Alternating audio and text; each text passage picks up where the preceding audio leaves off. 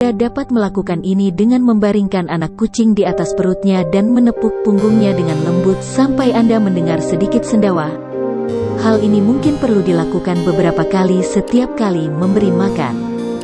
Ketika usia bayi kucing sudah mendekati 4 minggu, Anda bisa mulai memberinya minum lewat botol. Ini adalah proses yang bertahap.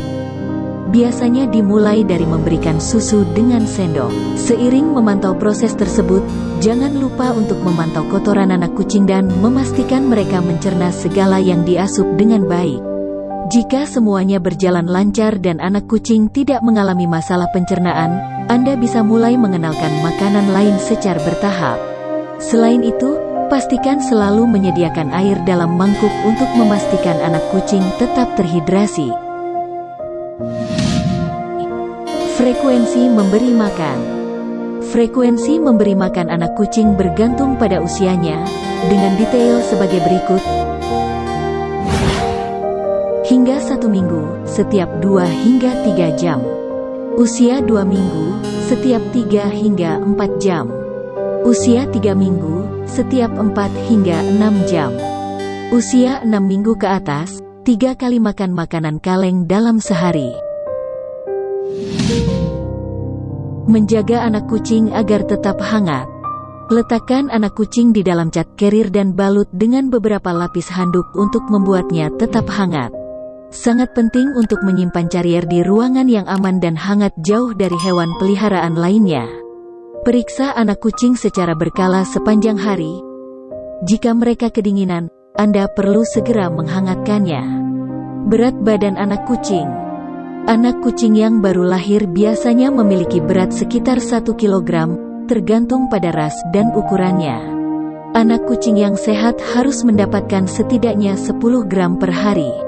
Jika tidak menunjukkan pertumbuhan, cobalah memeriksakan anak kucing ke dokter karena itu seringkali merupakan tanda penyakit. Penting untuk mencatat berat badannya dan seberapa banyak mereka makan setiap hari. Agar lebih akurat, Anda bisa menggunakan timbangan untuk mengetahui berat badannya. Jika anak kucing Anda tidak makan atau tidak tumbuh seperti yang diharapkan, segera hubungi dokter hewan. Kapan anak kucing boleh disentuh? Dokter hewan merekomendasikan untuk tidak menyentuh anak kucing kecuali itu terpaksa harus dilakukan ketika mata mereka masih tertutup.